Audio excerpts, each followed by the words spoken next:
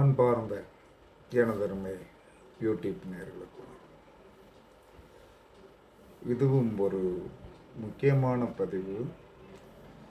இது யாருமே என்ன சொல்கிறேன்னா 12 லக்கணக்காரர்கள் 12 லக்கணக்காரர்.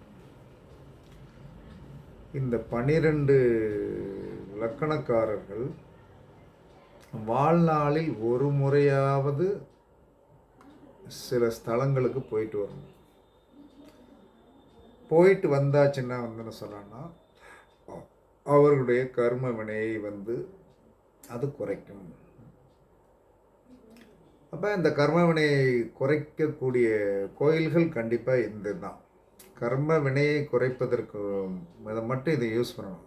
லக்கணம் நன்றாக இருக்கணும். நம்முடைய லக்கணம் என்று சொல்லக்கூடிய பிறப்பு லக்கணம் சீரும் சிறப்புமாகவும், அந்த சீரும் சிறப்புமாக இருப்பதற்கு ஏன் ஒரு லக்கணம் போராடுகிறது அப்படின்னா அந்த ஸ்தலத்துக்கு போயிருக்க மாட்டோம். ஏன்னா அந்த எனர்ஜி குறையும் போது தானே, ஒரு மனிதனுக்கு ஒரு எனர்ஜி குறையும் போது தான் ஒரு நோய் வரும். அந்த எனர்ஜியை என்ன சொன்னா நாம் என்ன சொன்னா எங்கேருந்து இன்புட் எடுத்துக்கிடணும். அந்த எனர்ஜியை நாம் எங்கேருந்து இன்புட் எடுத்துக்கிடணும் அப்படின்னா அந்த எனர்ஜியை இன்புட் எடுத்துக்கிடக்கூடிய இடங்கள் கோவில் ஸ்தலங்கள் தான்.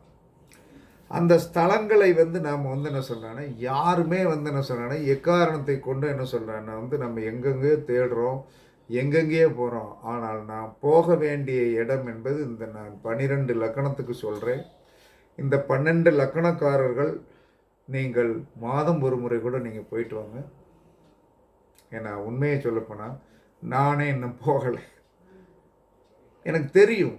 ஆனால் அதற்குண்டான சந்தர்ப்பத்தை இறைவன் என்ன சொல்கிறான், நான் கொடுக்க மாட்டேங்க.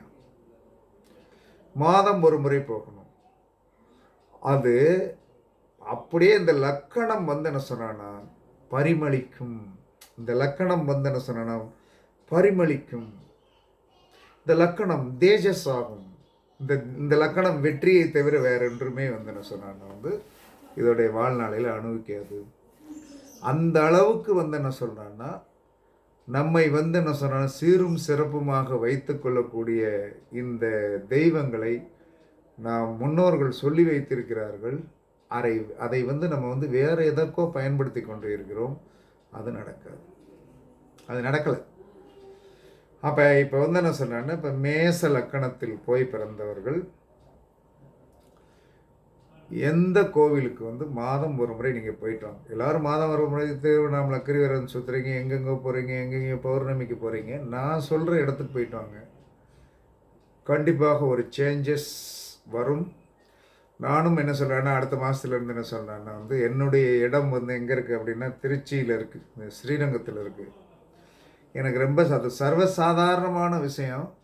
இறைவன் அதுக்குண்டான அனுகிரகத்தை இன்னும் எனக்கு கொடுக்கல. என்னால் அதை என்னால் சர்வசாதாரணமாக செய்ய முடியும். ஆனால் அந்த அனுகிரகத்தை இன்னும் பெற முடியவில்லை. இத்தனை வயதிலும் பெற முடியலை. ஆனால் வளர்ந்திருக்கிறோம், உயர்ந்திருக்கிறோம். ஆனால் அந்த லக்கணம் படுகின்ற பாடை நமக்கு நீக்க தெரிந்திருந்தும் இன்னும் அந்த கஷ்டத்தை நாம் அனுபவித்து கொண்டிருக்கிற காரணம் என்ன சொன்னாங்க, இன்னும் பிராப்தம் நம்முடைய கர்மாக்கள் நமக்கு இன்னும் குறையலை அப்படிங்குதான் அர்த்தம். அதனால் மேச லக்கணத்தில் போய் பிறந்தவர்கள் திரு ஆவினங்குடி பழனியில் இருக்கிறது. அங்கே இருக்கிற மகாலட்சுமி தாயாரை நீங்கள் மேச லக்கணத்தில் போய் பிறந்தவர்கள் வழிபாடு செய்து வந்தீர்கள் என்று சொன்னார். மேச லக்கணத்தில் போய் பிறந்தவர்கள் ஸ்ரீ மகாலட்சுமி தாயார் திரு ஆவினங்குடி பழனி. நான் ஒரு விஷயத்திற்காக ஒரு 7-8 மாதத்துக்கு முன்னாடி என் பையன் விஷயத்திற்காக போயிட்டு வந்தேன். அந்த காரியம் 100% சக்ஸஸ். அதை பிளான் பண்ணி போனேன். அது கரெக்டாக சக்ஸஸ் ஆக்கி கொடுத்துருச்சு. அதற்கடுத்து அப்போ மேச லக்கணத்தில் போய் பிறந்தவர்கள் காலையில் எழுந்திரிச்சோன்னா ஸ்ரீ மகாலட்சுமி தாயார் திரு ஆவினங்குடி தாயே போற்றின்னு எந்திரிங்க, சக்ஸஸ் ஆயிடுவீங்க. ரிஷப லக்கணத்தில் போய் பிறந்தவர்கள் ரிஷப லக்கணத்தில் போய் பிறந்தவர்கள் பர்வத வர்த்தினி ராமநாத சுவாமி. யார் ரிஷப லக்கணத்தில் போய் பிறந்தாச்சுன்னாலும் ராமேஸ்வரத்தை தினமும் நினைக்கணும். ரிஷப லக்கணத்தில் போய் பிறந்தவர்கள் பர்வத வர்த்தினி ராமநாத சுவாமி ராமேஸ்வரத்தை தினமும் நினைக்கணும். கண்டிப்பாக அந்த கோயிலுக்கு வந்து மாதம் ஒரு முறையோ மூணு மாதத்திற்கு ஒரு முறையோ போய் நீங்கள் கண்டிப்பாக வந்து என்ன சொல்லணும்னா அந்த பர்வதவர்த்தினி தாயாரை நீங்கள் வந்து வழிபாடு பண்ணணும், கண்டிப்பாக பண்ணணும். இந்த மேச லக்கணத்தில் போய் பிறந்தவர்கள் எந்த நாளில் அங்கே போக வேண்டும் என்று சொன்னால் பரணி நட்சத்திரத்தில் போகணும். அதே ரிஷப லக்கணத்தில் போய் பிறந்தவர்கள் ரோகிணி நட்சத்திரத்தை அன்று பர்வதவர்த்தினி ராமநாத சுவாமியை வழிபாடு பண்ணிட்டு வரணும். மிதுன லக்கணத்தில் போய் பிறந்தவர்கள் காந்திமதி தாயார் நெல்லையப்ப சுவாமியை திருவாதிரை நட்சத்திரத்தில் போய் வந்து வழிபாடு பண்ணிட்டு வரணும். மிதுன லக்கணத்தில் போய் பிறந்தவர்கள் காந்திமதி தாயார் நெல்லையப்பர் திருநெல்வேலியை திருவாதிரை நட்சத்திரத்தன்று வழிபாடு செய்து வரணும். கடக லக்கணத்தில் போய் பிறந்தவர்கள் பால திரிபுர சுந்தரி நெமிலியை, அது அரக்கோணத்துக்கு பக்கத்தில் இருக்குது, அரக்கோணத்தில் இருக்குது. அப்போ பால திரிபுர சுந்தரியை பூச நட்சத்திரம் வருகின்றன்று வழிபாடு செய்து வருவதால் உங்களுக்கு ஒரு பெரிய வெற்றி கிடைக்கும். சிம்ம லக்கணத்தில் போய் பிறந்தவர்கள் லலிதாம்பிகை,